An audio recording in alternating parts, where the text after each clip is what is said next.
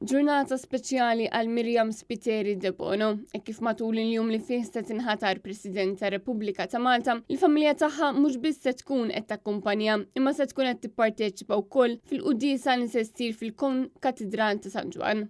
Il-President elett u l-familja tagħha se jaslu l-belt għal-ħabta tal-10 sabiex fl-10 tibda l-qudies fil-Konkatedral ta' San Ġwan. Elina Capelcure bint il-President elett se tkun qed taqra l-ewwel qari. George Spiteri De Bono, it-tifel tal-President elett, se jkun qed jaqra s-salm responsorjali u Esmeralda Spiteri De Bono, il-mara tat-tifel tagħha, se tkun qed taqra it-tieni qari f'din il-quddiesa. Sinifikanti wkoll il-fatt li n-nepotijiet tal-President elett Pippa u Beppe Spiteri De Bono flimkien ma' Alexandra u Paul Tipo se jkunu qed jitilgħu bl-offerti. Iċ-ċelebrazzjoni li se tissejjaħ qudiesa solenni għall-Art Welidna se titmexxa minn Monsignor Arċisqof Charles Cicluna. Matul il-jum na television se jkun qed ixandar programm speċjali li jibda fid-9 ta' filgħodu, sija qabel tibda il-quddies u jibqa' dej sa wara nofsinhar. Fil-bidu tal-programm il-preżentatur Nathaniel Attard se jkun qed jitkellem mal-President Emeritu Mary Louise Colero, kif ukoll mal-eks Prim Ministru Lorenzo Gonzi. Fil-11 ta' filgħodu il-President elett u l-familja tagħha jitilqu bil-mixi mill-Konkatedral għal Palazz tal-Gran Mastru.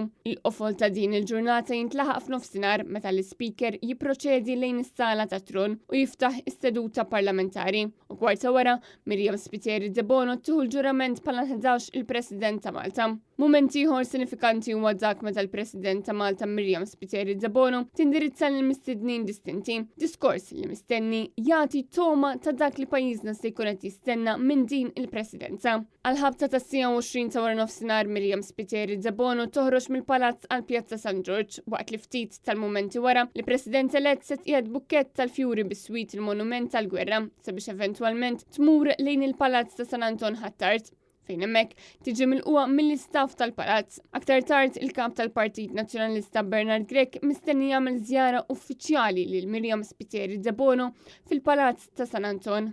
Intant waqt dan il-programm speċjali fuq Net Television se jkunu qed jitwasslu d-dettalji kollha b'kollegamenti live u diversi features kif ukoll analiżi dwar dak li qed nistennew mill-presidenza ta' Miriam Spiteri De Bono. Dan apparti li ssir ukoll analiżi tat-terminu ta' 5 snin li fih mexxa George Vella bħala President.